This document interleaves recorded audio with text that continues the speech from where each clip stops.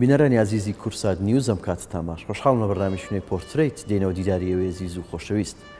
بەرنامەی پۆرتڕیت لەم هەفتەیە تایبەتە بە یادی ماڵ ئاوایی نووسەر و زمانەوان و شاعیری گەورە مامۆستا عوسمان هەورامی. مامۆستا عوسمان هەورامی یەک لەو کەسایەتیانی کووردە کە زیاتر لە 70 ساڵی تەمەنی خۆی بەخشی بە زمان و ئەدەبیاتی نەتەوەکەی. ئەو وەک پەروەردەکارێکی مەزن و وەک زمانەوان و وەک شاعیر کە بە هەردوو شێوەزاری هەورامی و سۆرانی شعری دەنووسی توانی لە چەندین وێزگی جیاوازی تەمەنی خۆیدا خزمەتی گەورە بەم نیشتیمانە و بەم نەتەوەیە بکات. ئەو هەرگیز ماندووبوونی نەدەزانی و هەتا دواساتەکانی ژیانی لە خزمەت و لە بەخشە گەورەکانی خۆی بەردەوام بوو قەڵەمەکەی نەوەستا. ئێمە لەم بەرنامەیەدا هەوڵ دەدەین لە ڕێگەی دواندنی چەندین نووسەر و کەسایەتی و هاوکات ئەندامانی خانەوادە و بنەماڵەکی خۆی و بتان بێنەوە بۆ لای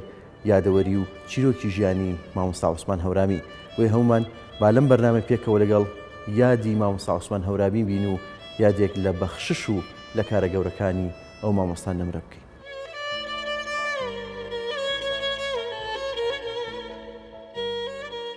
عوسمان محەممەد ساڵح ناسراو بە عوسمان هەورامی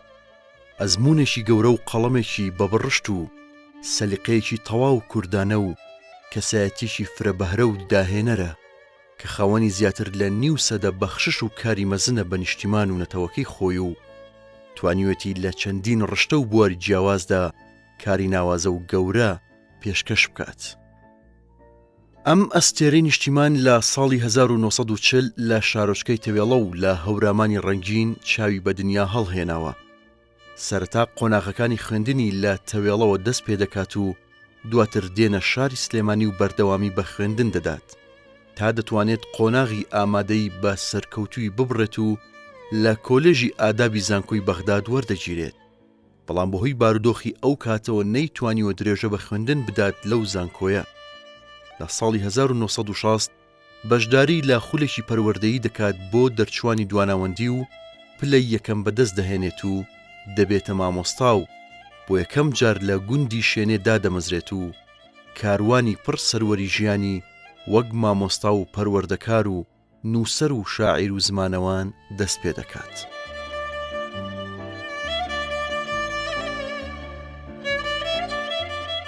من ساڵی 1940 بە تەواوەتی ینی وەکو ڕۆژەکە بە تەواوی دیاری نەکراوە، بەڵام لە سەرەتای مانگی دووی 1940 لە شارۆچکە جوانەکەی تەوێڵە لەدایک بووم. لە خێزانێکی مام ناوەندیە لە ڕووی ئابووریەوە، بەڵام باوکم پیاوێکی زۆر کۆمەڵایەتی بوو، دایکم هەروەها، هەردووشیان دەرفەتی خوێندنیان نەبووە، نەخوێنەوار بوون.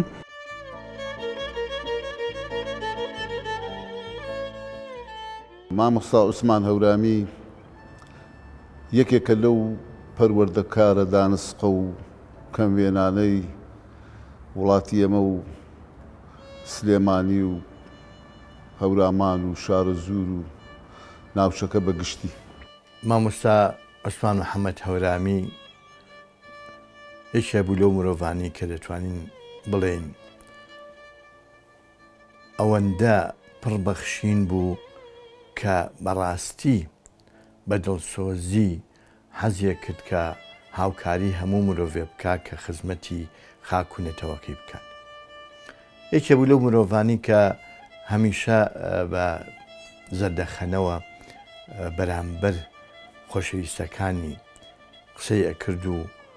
هەموو ئەو زانیاریە زۆرەی کە بە درێژایی تەمەنی هەیبوو حەزی ئەکردبیدا بۆ کەسی بەرامبەری. پەژارە شاییم جبێخ ئاوردن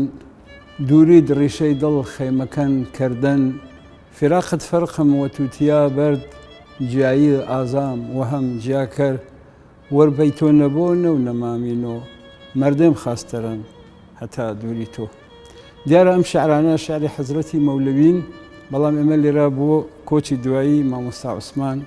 وتمانەوە. مامۆستا عوسمان شاعر، نووسەر، زمانناس، جواننووس و خەتخۆش و پەروەردەکارێکی کەم نمونەی ژیانی خۆی بوو، سەردەمی ژیانی خۆی بوو. پیاوێکی زۆر هێمن و سەرخۆ بوو. نازانم لەوەتی من لە زەمەنی چاو پێکەوتن و هەڵسان و دانیشتن و سیمینار و کۆڕ و کۆبوونەوەکاندا مامۆستا عوسمان لەگەڵ منابوو ڕۆژێک تو ڕەبوونم پێوە نەبینی. ئیتر ئەم پیاوە حەزی زۆر بە خزمەت ئەکرد. مامۆستا عوسمان تەنیا مامۆستایەک نەبوو، شاعیر بوو، نووسەر بوو، ڕۆشنبیر بوو، زمانزانێکی زۆر بەتوانا بوو و پەروەردەکارێکی گەورەی کورد بوو. ئێمە وەک ناوچەی هەورامان کۆمەڵی خەڵکی دیارمان هەبووە کە پەروەردەکار بوون لە بواری ڕۆشنبیری و ئەدەبیدا. یەکێک لەو کەسانەی کە دیار و بەرچاوە وەکو چرایەکی ڕۆشنکەرەوە بووە بۆ هەموو لامان مامۆستا عوسمان هەورامی بوو. کتێبەکانی مامۆستا عوسمان هەورامی قەواڵی بەختی ئەم میلەتا بوو. ئێمە مناڵ بووین مامۆستا عوسمانمان ئەبینی سەرەڕای ئەوەی کە خۆی بە مەکتەب و قوتابخانە و ئەوانەوە ماندووە کرد، خەریکی کەشکۆڵ و خوێندنەوە و کتێب و ڕاستکردنەوەی شێعر لە ڕووی زمان و لە ڕووی فۆرم و ئەمانە هەموو بووبوون بە خولیای مامۆستا. بیرم دێ ساڵی 71 بوو، ئەو کاتە من تەمەنم 16 ساڵ بوو، هەندێک میوانمان هاتبوون چوین بۆ ئاوێسەر. میوانەکان لە ناوچەی کاکەیەوە هاتبوون بۆ لامان، لەگەڵ کاکەم خوا بیبەخشێ منیش لە خزمەتانە بۆم ڕۆشتین. مامۆستا عوسمانم بینی لە شوێنە پێڵێن وەزۆ لاسێ، لەوێ پاڵماندا بوو بە کەڵەکەکەوە هەمومان. مامۆستا عوسمانات کیسەیەکی پێ بوو، کیسەکەی کەشکۆڵی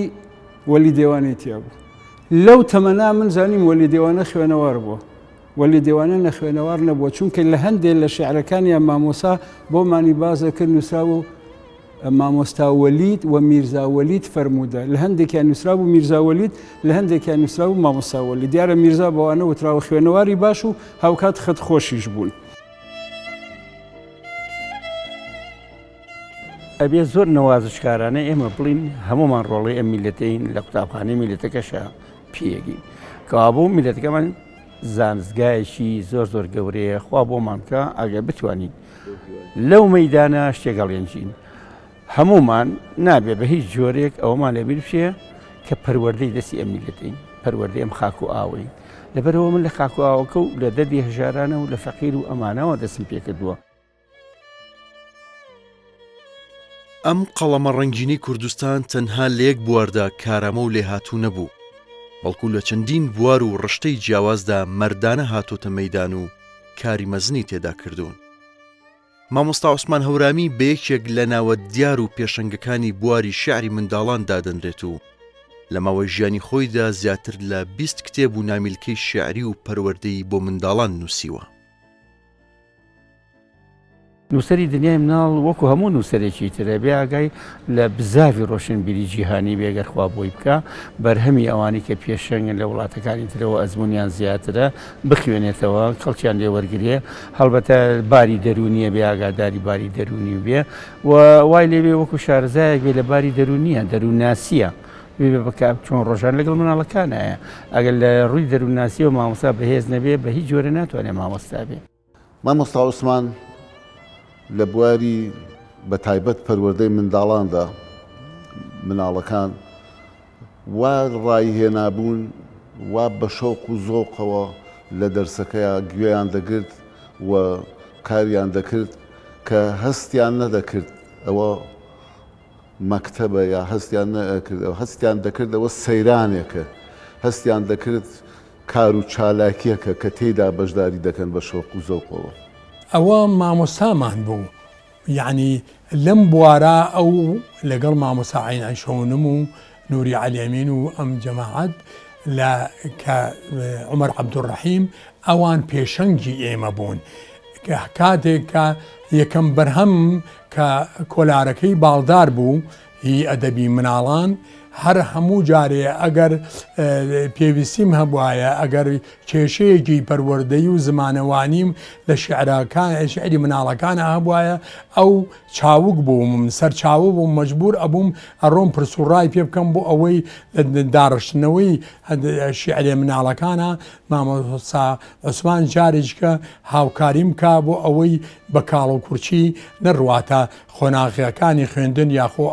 ئەو کتێبخانانەی کەوا ئەم کتێبەی دنیای ئەدەبی مناڵانی تێ ئەفرۆشێ دوای ئەوە هەر لە کۆلارەکەی باڵدار کە تەواوین ئەو وەختە شار ولادێت تێکەڵ بوو بووکە بە بارانەیە خاڵخاڵۆکە ئەمانە و کۆمەڵێکی کە هەمویان قەڵەمەکە بە برشتەکەی مامۆستا عوسمان هەورامی پێوە دیار بوو. بەڕاستی نووسینی هۆنداوە بۆ مناڵان زۆر زۆر گرنگە کارێکی زۆر سەختە چونکە تۆ ئەبێ بە پێی باری دەرونی و بە پێی ئەو عەقڵی ئەو مناڵە ئەو شعرانە بنووسێ کە لە شتەمەنێکایە چکە تەمەنە جیاوازەکانی شعری بۆ هی مناڵ شعری تایبەتی خۆی هەیە مامۆستا شعری پەروەردەیە نووسی فێری ئەکردن چۆن مامەڵی ڕۆژانیان کەن چۆن ئیش و کاران بەجێبەجێ بکەن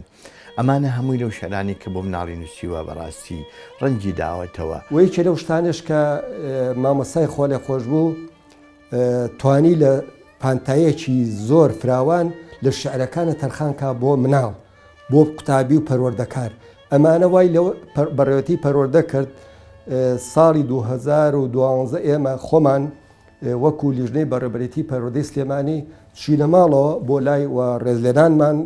ئاراسە کرد و ئارمی بەڕێبەرێتی پەروەردەمان پێبەخشی ئەمانە هەمووی وای کرد کە مامۆستا عوسمان بەڕاستی هەمیشە بەخشندە بێ هەمیشە بەتوانابێ لەو بەهرەی کە هەیەی قەت ڕۆژێ لە ڕۆژان دی ئەم بەڕێزە ئەوەی کە هەیەی ئەیزانێت نەیبەخشێ بە دەور و پشتەکەی بە تایبەتی لە بواری پەروەردە لەڕێی ئۆپەرێت و مەنۆلۆژەکانیەوە بەڕاستی خزمەتی مناڵانی ئەکردن ئاراستەیەکردن بۆ کردداری باش بۆ ئاکاری باش بۆ ئەوەی ببن بە پیاوی جوانی داهاتوو ئەم پیاوە پیاوێکی زۆر نیشتمان پەروەر بوو زۆر پیاوێک بوو خەمی نەتەوەکەی خۆی بوو خەمی ئەوەی بوو خەڵک وشیار ببێتەوە بۆ ئەوەی بزانێ ئیتر لە دەواازەی سۆس دەرچێ بەرەو ڕۆحیەتی نەتەوەیی بچێ بزانێ ئێمەی کورد پێویستە خاوەنی ڕۆحیەتی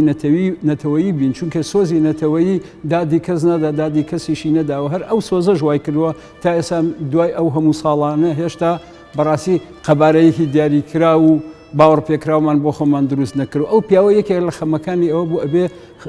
خەڵکی کورد هەر لە مناڵیەوە فێریان کەی منداڵان فێیان کەی کە فێری ئەوە بن بزانن ڕۆحی نەتەوەیی چیە بۆ ڕۆحە نەتەوەیە پەروەردە بن و بزانن ئەو ڕوودا و دیارد و کەسێتیانە دیاردە و کەسێتیانە کە هەن بێنە ناو هەزری خۆیان بەڕاستی لەڕێ ئەوەی ئەمانە بچنە ناو نستی تاک کۆ نەسد نستی جامعە وەکو ئێرانی ئەڵێن لەوێەوە هەنگاو بنێن بۆ ناو بیر و هزر و ببن بە بەشێک لە ناسنامە ئەمە خەمی مامۆستا عوسمان بوو لە هەموو بەرهەمەکانیشە ئەم خەمە بە شێوەیەک لە شێوەکان دیارە ئەو کەسێکی زۆر بەتوانا بوو شارەزا بوو لە بواری ئەدەبیاتی مناڵان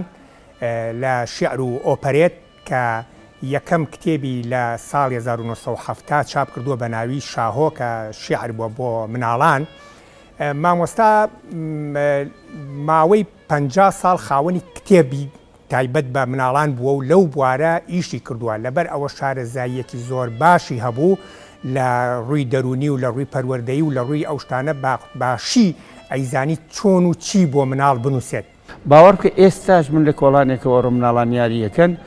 بە دیاریانەوەستم بزانم چی گەڵێن چۆ زمانەکەیان جیاوازە ئەی جوڵەکەیان چۆنە ئەی ئەمسەر ئۆسەریان چۆنە لەبەرەوە ئەگەڕێم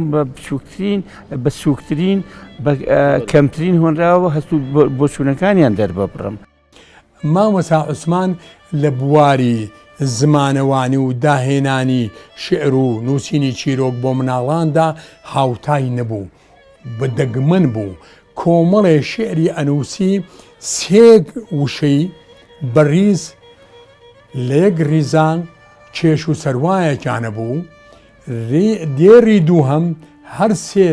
دێڕەکەی بە تەواوەتی هێنایە سەر قافیەی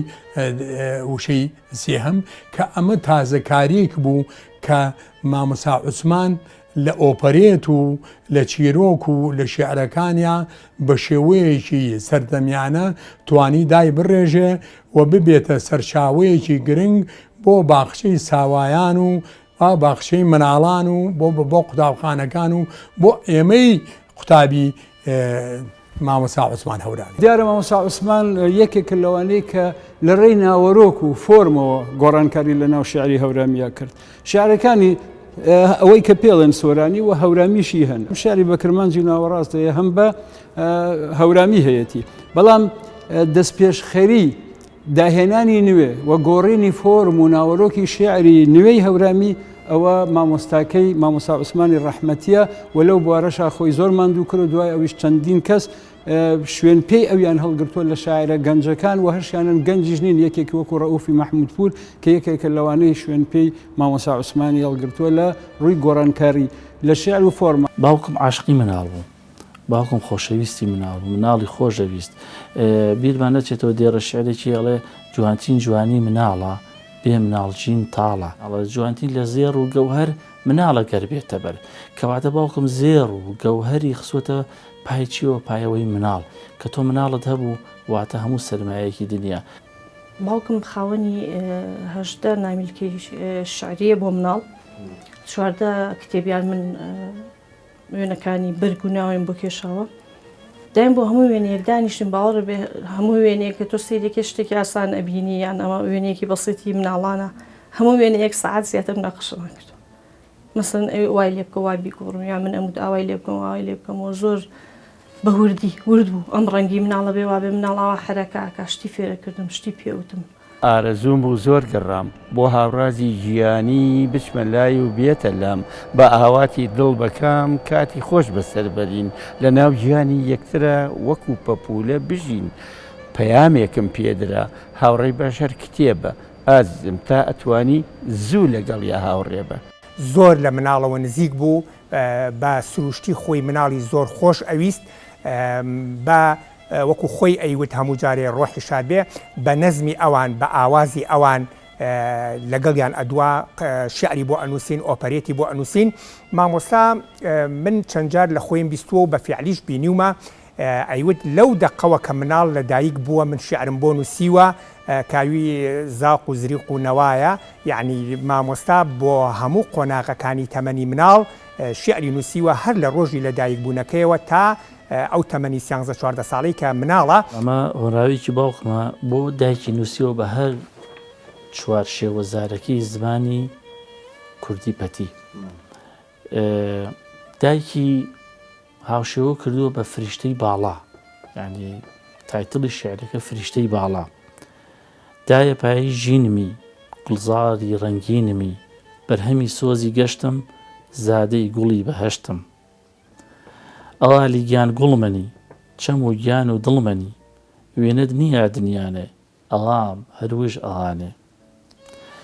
دایکێ نورە چاوانی کانیا سووزا یەزدانی تا هەنگڤین و شەربەتی پاکژی مەلیاکەتی. داڵکە هەردوو چەوەیلی باڵا و بیگەرد و خەیلی بوێنێتە بوێنێ منە بەتێ ژینم ڕۆشنە. مامۆستا عوسمان لە نووسین و بڵاوکردنەوە نەکەوت بوو یعنی ڕاستە تەمەنێکی هەبوو بەڵام مامۆستا بەردەوام بوو لە نووسین بەردەوام بوو لە بڵاوکردنەوە. مامۆستا یەک مانگ پێش ئەوەی کە کۆچی دوایی بکات لە گۆڤاری پەپولە ئۆپەرێتی بڵاو بۆتەوە. مامۆستا هەر ئەمڕۆ کە 21 مانگۆ گۆڤاری پەپولە دەرئەچێ شیعری مامۆستا عوسمانی تایە. بابەگیان چاک دیارە دووکەڵ مەترسیدارە خۆ دووکەڵی چگەرە هەر بەڵاو دەردی سەرە لە جیاتی گەشەوە خەندە نەخۆشی زۆر کوشندە ئەکاتە دیاری بۆمان هەموو داما و سەرگەردان بابەگیان گەورەمانی خەمخۆری هەمومانی چاوی سۆزت هەڵبێنە واز لەم دووکەڵە بێنە. مامۆستا عوسمان هەورامی زیاتر لە 47 ساڵ وەک مامۆستا و پەروەردەکارێکی شارەزا و لێهاتوو لە قوتابخانەکانی کوردستاندا خزمەتی بە منداڵانی کورد کردووە و وانەی کوردی و ئینگلیزی و هونەری وتۆتەوە. لە دوورترین گوندەکانی کوردستانەوە تا شار و شارۆچکەکان وانەی وتۆتەوە و چەندین داهێنانی لەو بوارەشدا کردووە و خۆی وەک حەز و خولیا لەم بوارەدا ماوەتەوە و هیچ پلە و پۆستێکی تری پەروەردەیی وەرنەگرتووە. ئەتوانم بڵێم مامۆستا پێشەنگ هەموو گۆڕانکاریەک هەموو بەرەو پێشوونێک لە مامۆستا سەرهەڵە. ئەگەر مامۆستا بە ئەشقەوە ببێ بە مامۆستا ئەتوانێت پەیامی خۆی ڕاست و دروست بگەێنێ.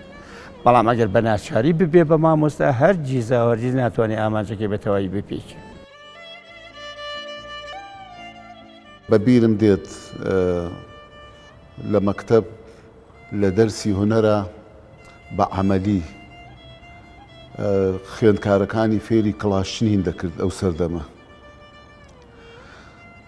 فێری شیعر و هۆنراوەی دەکردن. لە بواری خۆیان شێوەی پەروەردەکردنەکەی شێوەی دەرزوتنەوەکەی بە جۆرێک بوو بە شێوەیەکی تەندروست و بە شێوەیەکی ئاسان خوێندکارەکان لە دەرسەکانی مامۆستا عوسمانە دەرسیان وەردەگرت. مامۆستا عوسمان هەورامی و کاتە وانەی ئینگلیزی زمانی ئینگلیزی دەوتەوە هەندێک جاریش کوردی ئەوتەوە بە تایبەتی بە چێژ و بەخشێکی واوە ئەو وانانەی فێرەکردین کە حەز دەکرد گوێی لێ بگری. لە ساڵی 2010 کە لە بەڕێبەرەتی پەروەردە بووم بۆ یەکەم جار لە نزیکەوە بە مامۆستا ئاشنا بووم کە جەنابی هاتە لام و پێی خۆش بوو تی حەزەکەم گفتگوۆیەکی پەروەردەیی بکەین.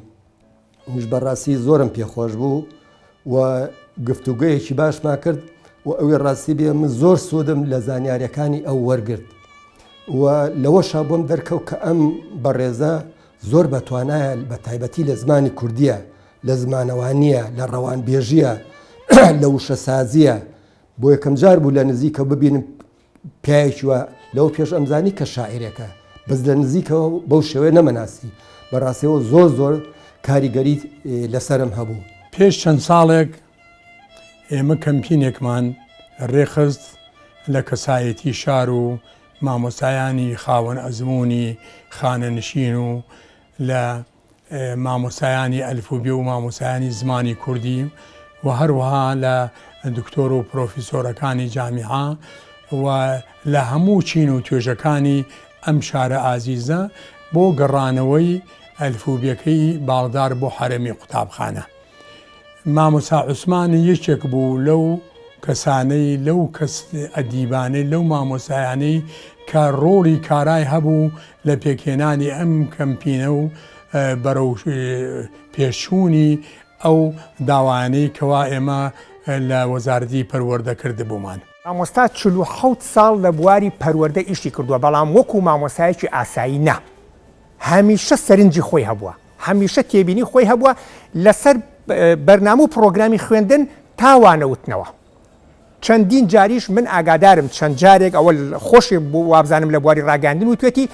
چەندین جار پلە و پۆستی بۆ پێشنیار کراوە. یعنی مامۆستا نەبێت سەرپەرشتیار بێت سەرپەرشتیار نەبێت لەو پلەیەکی بەرزتر بێ باڵاتر بێ بەڵام مامۆستا هەمیشە ناو خوێندکار و پۆلی لە هەموو جێگا و شوێنێک پێ پیرۆستتر و پێویستتر بووە. ئەمەش ئەگەڕێتەوە بۆ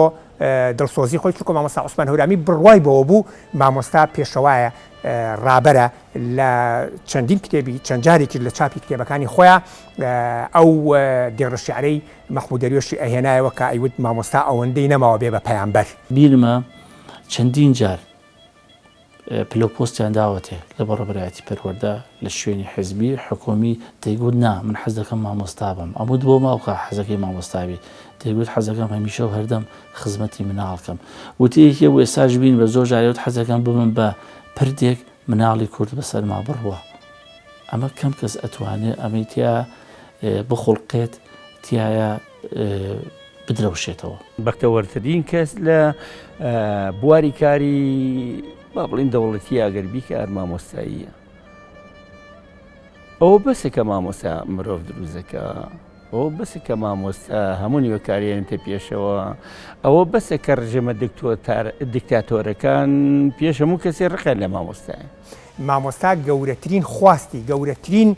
ئامانجی پەروەردەکردن و خزمەتکردنی کۆمەلگا بوو بە دوای پارە و مادە ئەوەنە نەکەوت بوو تەنها موچەیەکی بەسیت و خزمەتێکی بەسیت بۆ ئەو هەموو شتێک بوو بەڵام بواری پەروەردە خەمی سەرەکی ئەو بوو پەروەردەکردنی مناڵ پەروەردەکردنی خێزان گوندی شوێنێ بوو بە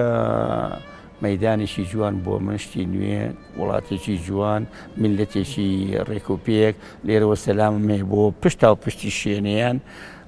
2 ساڵ لە ناویان بووم خۆشتی ژیانم بەسەر برد وشەی ئاماژە ئەوەنە بەسە وشەی ئاماژە لە گوندی شوێنێ وەرم گرت ئەوە وشەی ئەوانە یاخوا هزار جار خەرمان بەرەکەتی وشەیە جوانیان هەبێ من ساڵانی 96ەکان پێشمەرگە بووم لە شوێنێ بیرمە لەگەڵ چەند برادەرێکمە لەوێ بووین دانیشتمون لە شوێنێ باسی ئەوەم کرد کە من کوڕی فڵان کەسم ئێمە و کاتە چۆن بڵێ وەکو ئاوارە بوونێ ئاوارە بووبووین لەوێ خاوەن ماڵەکە ناوی شێخ مەحەممەد و ئێستاش بیرمەوتی ئەتوو کوڕی مامۆستا عوسمان بووی بەو شێوەزارە بردینە ماڵی خۆیان هاوڕەکانی ترمان لە ناو خێمەیە بوون ئێمە بۆ ماوەی 2 شەو لە ماڵی ئەوان نابووین احترامێکی گرتین دوجار بۆ باوکم گێڕایەوە ئێستاش و ئەو ساش هەمیشە هەردەم ئاغاواتەکانی ئەوێ سەردانی باوکیمان کردووە باوکم ئەو سەردەمی کە لەوێ بووە تەمەنی 19 ساڵ بۆ مامۆستا بووە لە تەوێڵەوە چوە بۆ شوێنێک کەەوە ئەتوانی بڵێن لەم سەری کوردستانەوە بۆ ئەو سەری کوردستان چۆ بۆ مامۆستا بۆ ویستوێتی خزمەتی مناڵی کورد بکە. ئەم عاشقە سەوداسەری نیشتیمان هەمیشە لە خەمی زمان و مۆرک و ڕەسەنایەتی و ئەدەبی نەتەوەکەیدا بوو خەمخۆرێکی مەزنی زمانی کوردی بووە و زۆر هەوڵی بۆ پاراوی و پاراستنی زمانی کوردی داوە توانیوەتی لە ژیانی خۆیدا چەندین نووسین و کاری گەورەی زمانەوانی بکات دیوانی شیعری چەندین شاعیری کوردی کۆ کردوتەوە و چاپی کردوون هاوکاری داڕشتنەوە و پێداچوونەوەی چەندین کتێب و نامەی ماستەر و دکتۆرای کردووە لە زانکۆکانی کوردستان من لەو ڕوانگەیەوە ئیشم کە کردووە بۆ کە زمانی خەڵک پاراوێتەنان وەکو پێم وتی ئێستاش خەریکم لەگەڵ رادیۆکان ڕۆژنامەکان تەلەڤیزیۆنەکان ئەڵێم ئەو شتتان وانە ئەو شتتان وایە مامۆستا عوسمان هەورامی بە حکمی ئەوەی کە خۆی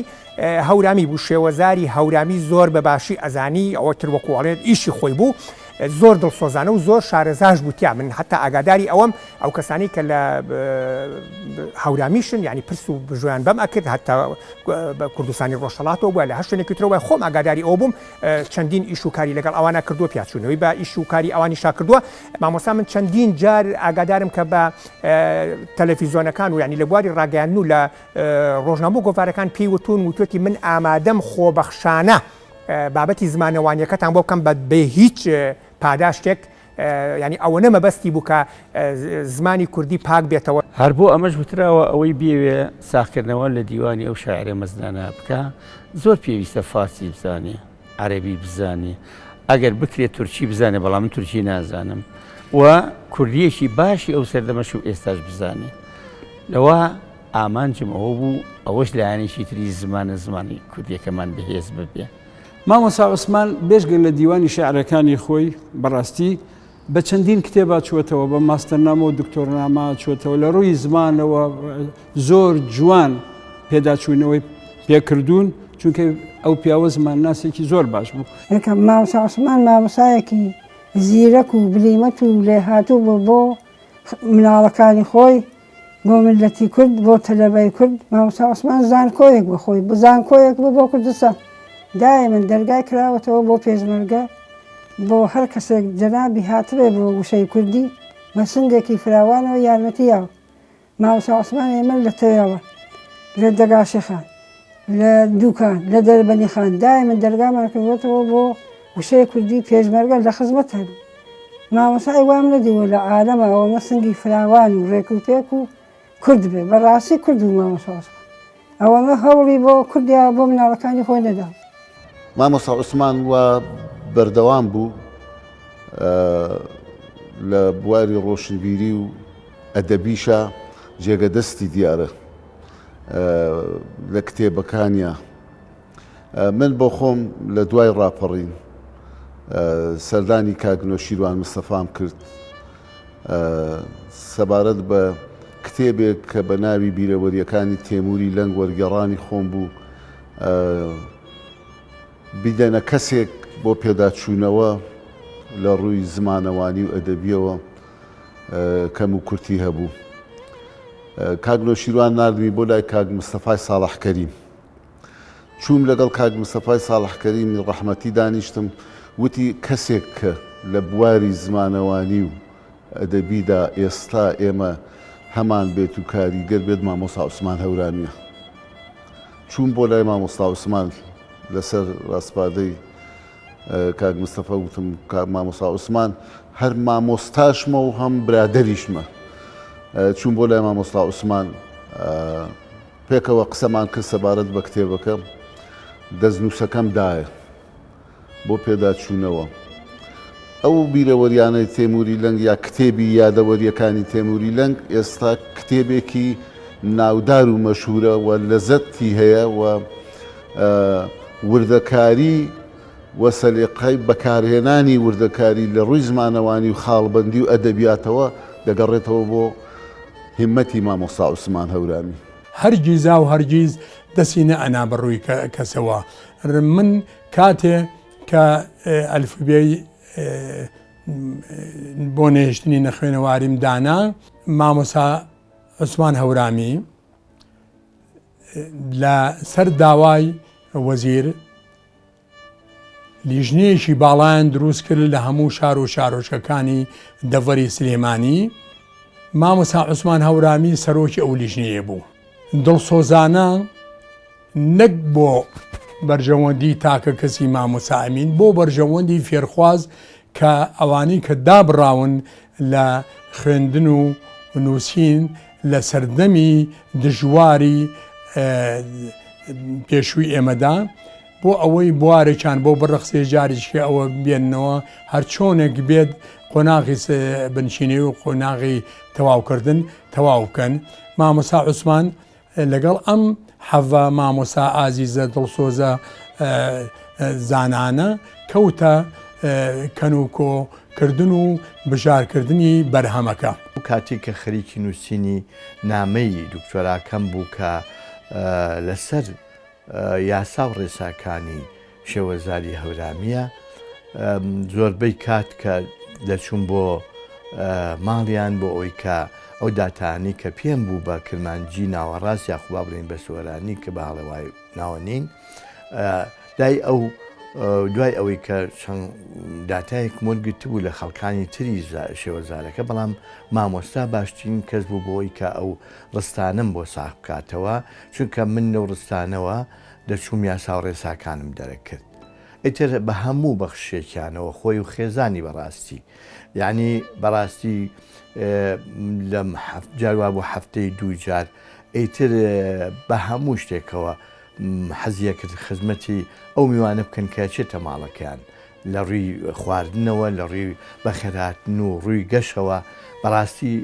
ماڵەکەشی پڕبوو لە بەخشین، خێزانەکەی پڕبوو لە بەخشین. ڕەوە پیرۆزەکەی ساڵ 1970 کە هەموو خەڵکی کوردستان ڕژێمی بەعسی ڕەت کردەوە، ئێمە چوین بۆ تێواڵە شارچکەی تێواڵە کە زێدی باوکی بەڕێزم و خوا لێ خۆش بوو. برا گەورەکەمی مامۆستا شاوی نردەوە بۆ سلێمانی، وتی بزانە خانووەکەمان شتەکان ماوە، تەنها وتی خەمی کتێبخانەکەمە.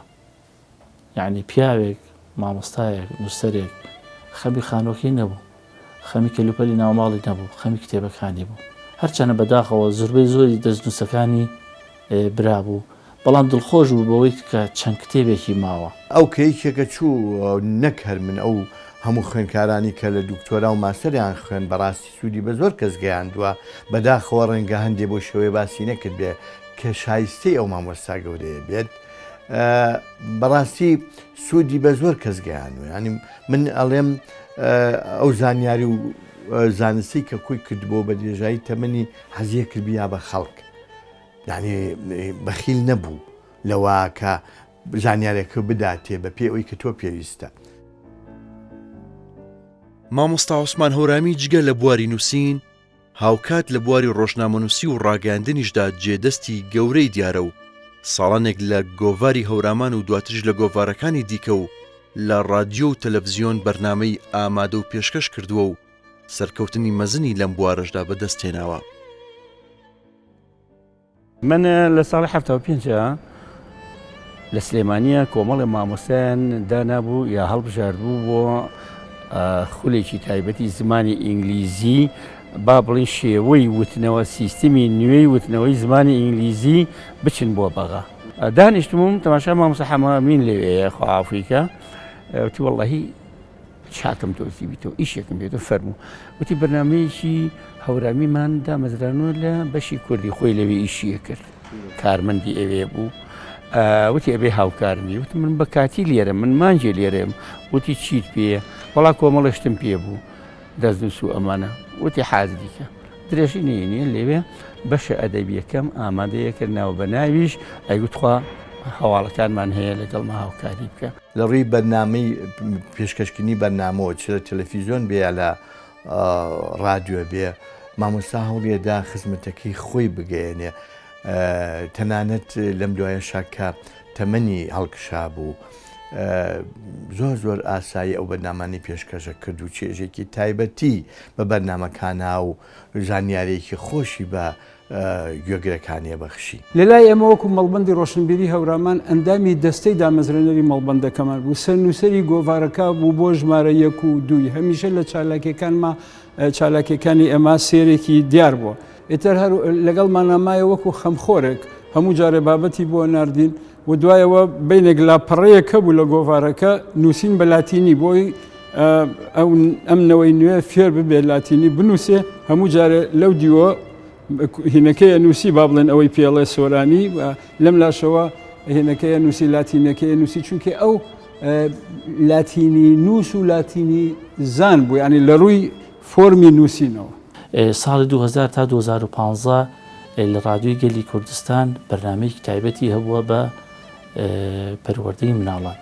دوجار لەسەر تەکلیفی دادەهێرۆ هێڕۆخان لە ڕادیۆی خاک بە هەمان شێوە بەرنامەیەکی و بە شێوەزاری هەورامی. دوجار لە ڕادیۆی مەدەنیەت بۆ ماوەی ساڵی بەرنامەیەکی تایبەتی و بۆ مناڵان یعنی کەم کەسەیە بتوانێت تۆ ڕاگەیاندکاربی شاعیربی نووسەربی زمانەوانبی هەڵەچەندبی داڕشتنەوە بکەی بۆ کتێب. مامۆستا عوسمان هەورامی لە ژیانی خۆیدا کەسێکی زۆر کۆمەڵایەتی و خۆش مەجلیس بووە.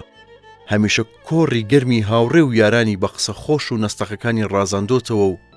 خاوەنی وەفا و دڵسۆزی بووە بۆ هەموو ئەو کەسانەی لە وێستگە جیاوازەکانی ژیانی داناسیونی. هاوڕێ دۆست بوو یعنی هەز حەزیە کرد چی هەیە لە ناخیا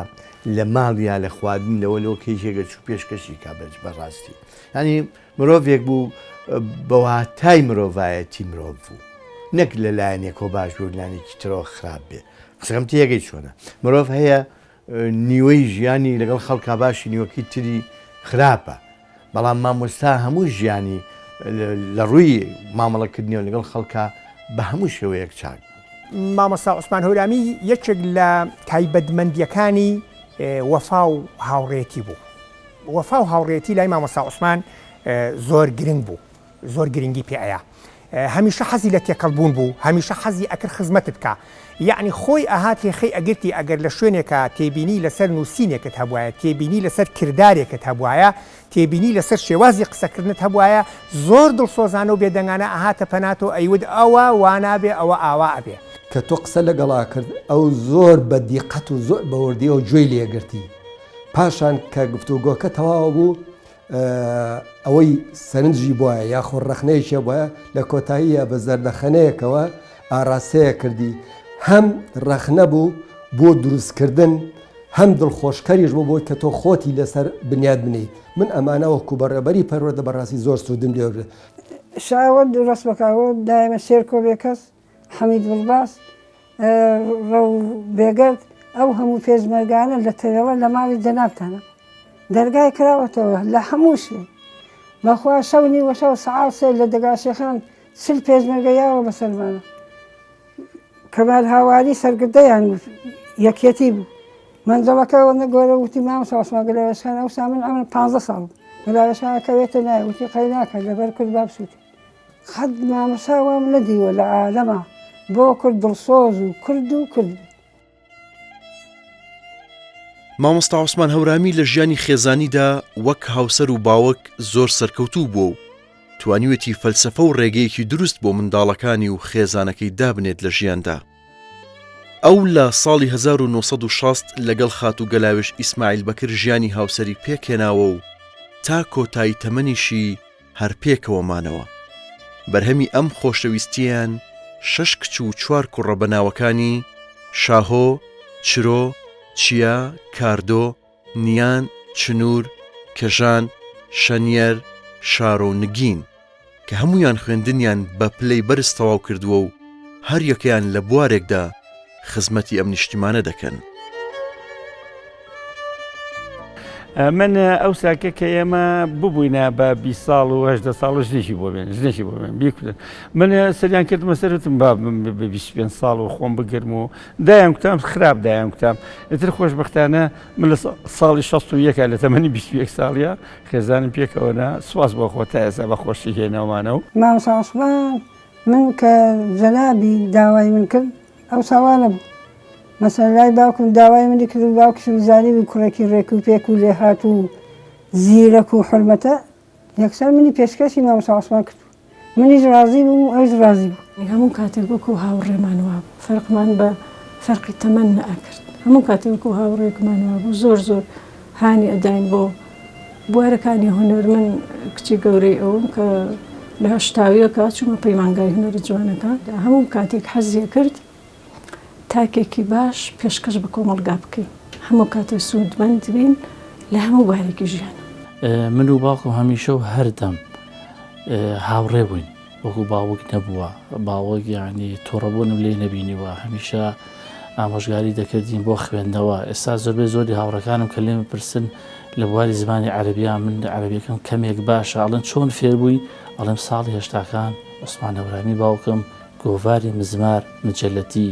ئەلفبای بوو ئۆکرین بۆی فێر عەرەبی بین. باوکم بە تایبەتی بۆ من هەر باوک نەبووە ڕەفیقێک بووە هونەرمەندێک بوو لەگەڵما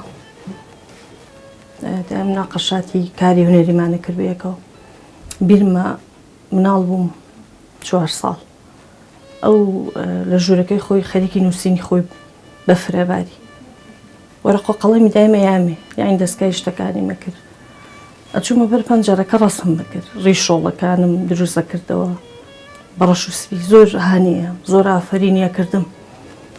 ڕسمەکانی کۆکردن و دایم لە بە دیواری ژوورێکا بۆی هەڵاواسیمە و دۆرە من پێشانگام بۆ کردویتێتەوە یعنی منەتوان بڵێم یەکەم پێشانگەم لە ماڵی خۆمانە لە ماڵی باوکمە بۆم کراوەوە. باوکێک بۆ باوکی دڵسوز وام هەر نەدیوە ماشەڵڵا ئەم دە مناڵی پێگەیانوە ئەمە ما ئاسی مامۆستایی بێدڵی نەکردو حەستێکیان ویستە بۆی کردو.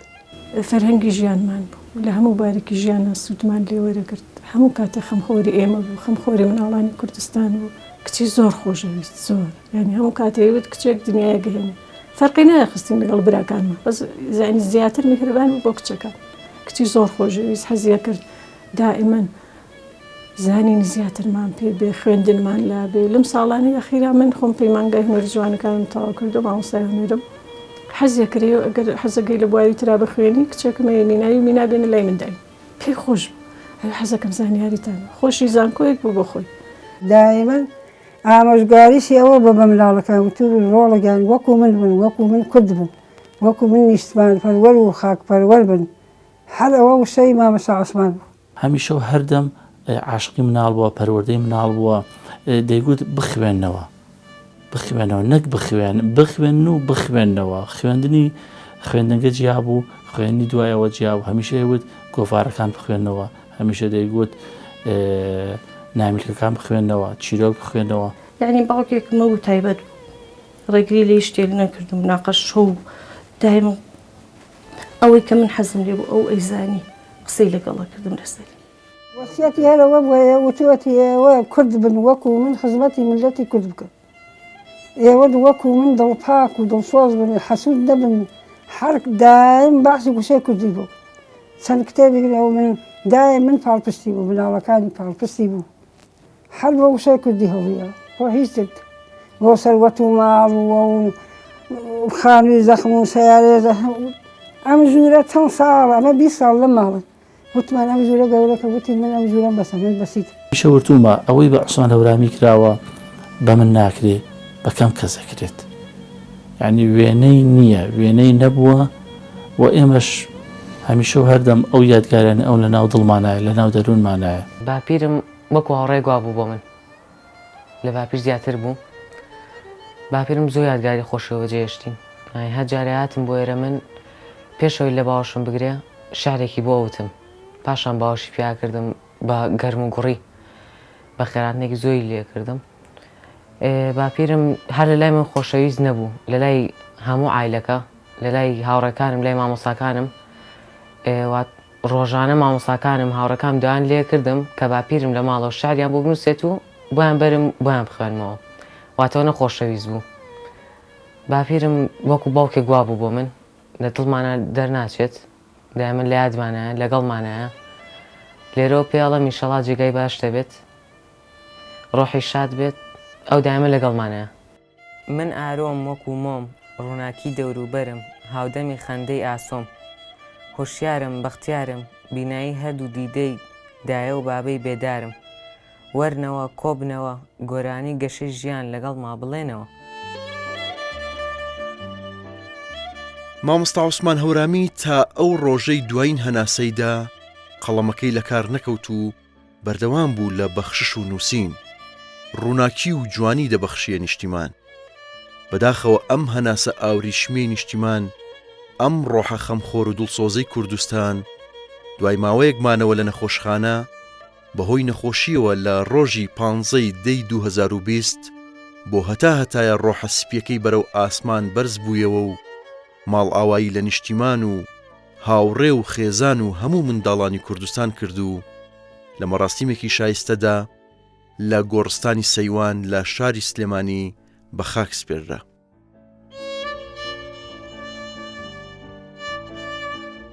هەفتەیەک ناڕەحەت بووە کۆکی منگیرەکان بردی بۆ خەستەخانە منیش گوتم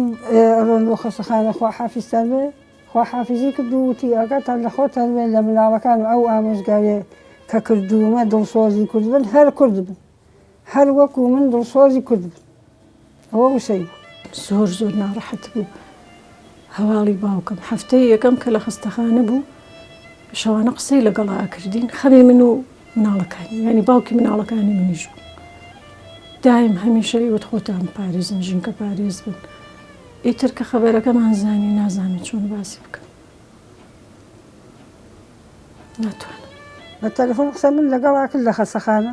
وتی ئیشەڵای ئێمەوە هەموو جارێ خۆی تەبیعەتێکێ بوو ئەمەنە دڵی ئەمان بوو ئەگوو لە حوشەکە گۆشتان بۆ بێزن ئیشەڵا کە هاتەوە ئەوە ئاخر قسەی ئەێ بەخۆ کەژانخانی خوشکم مامۆستا کەژان خەبەرەکەیان منەوە دەقەیە کات وەستا لە لای من زمن وەستا هەموو شتی وەستا لێرە لە ژوورەکەی خۆی کراسێکی خۆیم لەبەر کرد و چوون بۆ لای تەرمەکی کە کراسەکەی خۆیم لەبەر کراستن کرد باوەشی کردو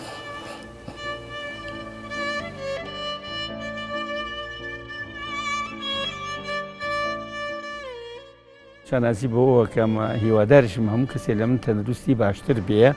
هەر لە بناڵیەوە توانیمە خوا بۆی کردم ڕێشکەی ژیانم بە ئەسادەیی بڕۆ ژیانێکی سادە ڕابێرم تەماعی دنیاییم نییە بۆ ماڵی دنیا ئەوەی پێی بڵێن خواردن و خواردنەوەی خراپ نهاتوە بەلای منە تەنانەت دۆمینە و تاوڵۆش نازانم بەڵام زۆربەی کات ئەنووسم و ئەخوێنم و گوێ لە بەرنامەی جوانجوانی تەلەڤیزیۆنەکە بکرێت فیلمی جوانجوانە بێت و بۆ لای برادران و بۆ هاودەمانمان یەکتر تازەیەکەینەوە چونکە وتراوە سێشت زۆر کاریگەرن داری کۆن زوو کڵ پێڵەسیە هاوڕێی کۆن زوو کڵ پێ بە یەک تازە بینەوە و شەرابی کۆن کە زۆر کاریگەرە بەڵام وەکو پێم من خوا بۆی کردوم بەلای ئەو شتانە نەڕۆشتوم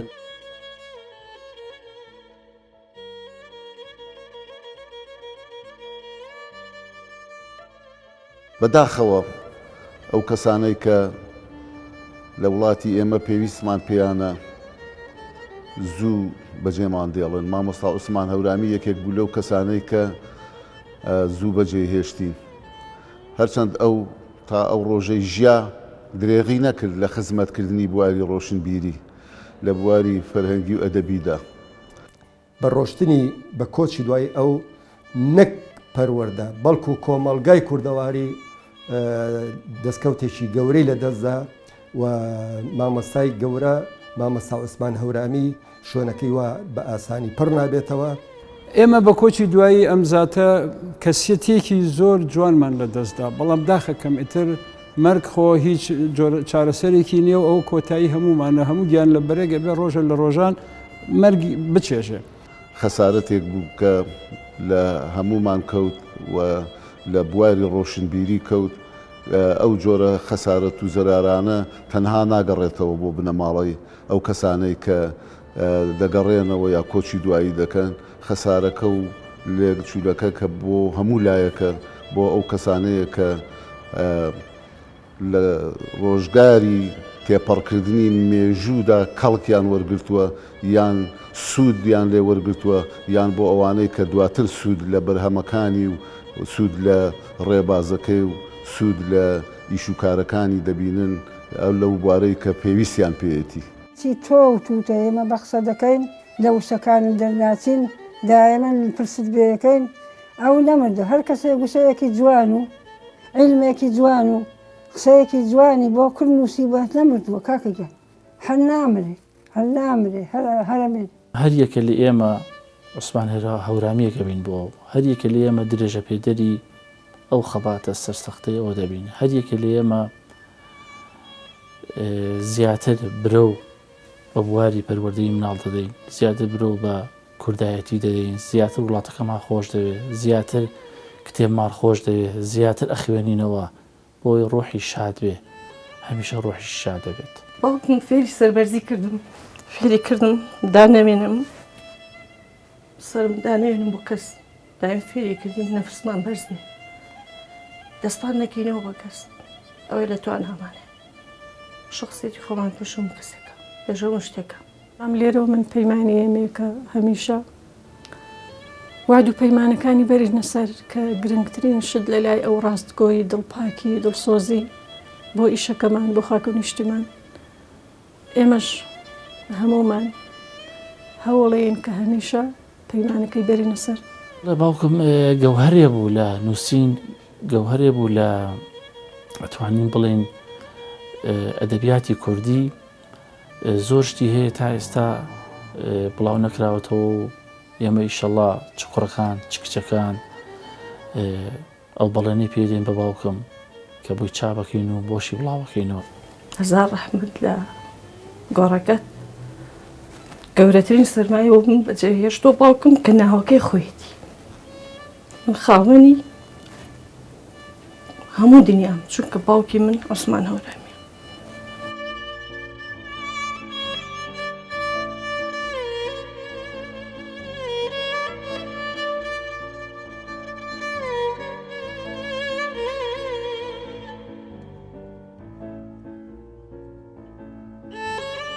سەیوان بگری میوانێکیان وەهێناوی هەتا دڵ حەسکا ئازیزە دەخی لێ بم لە باوەشتاوی پارێزە سەرما و خەزانی پاییزە.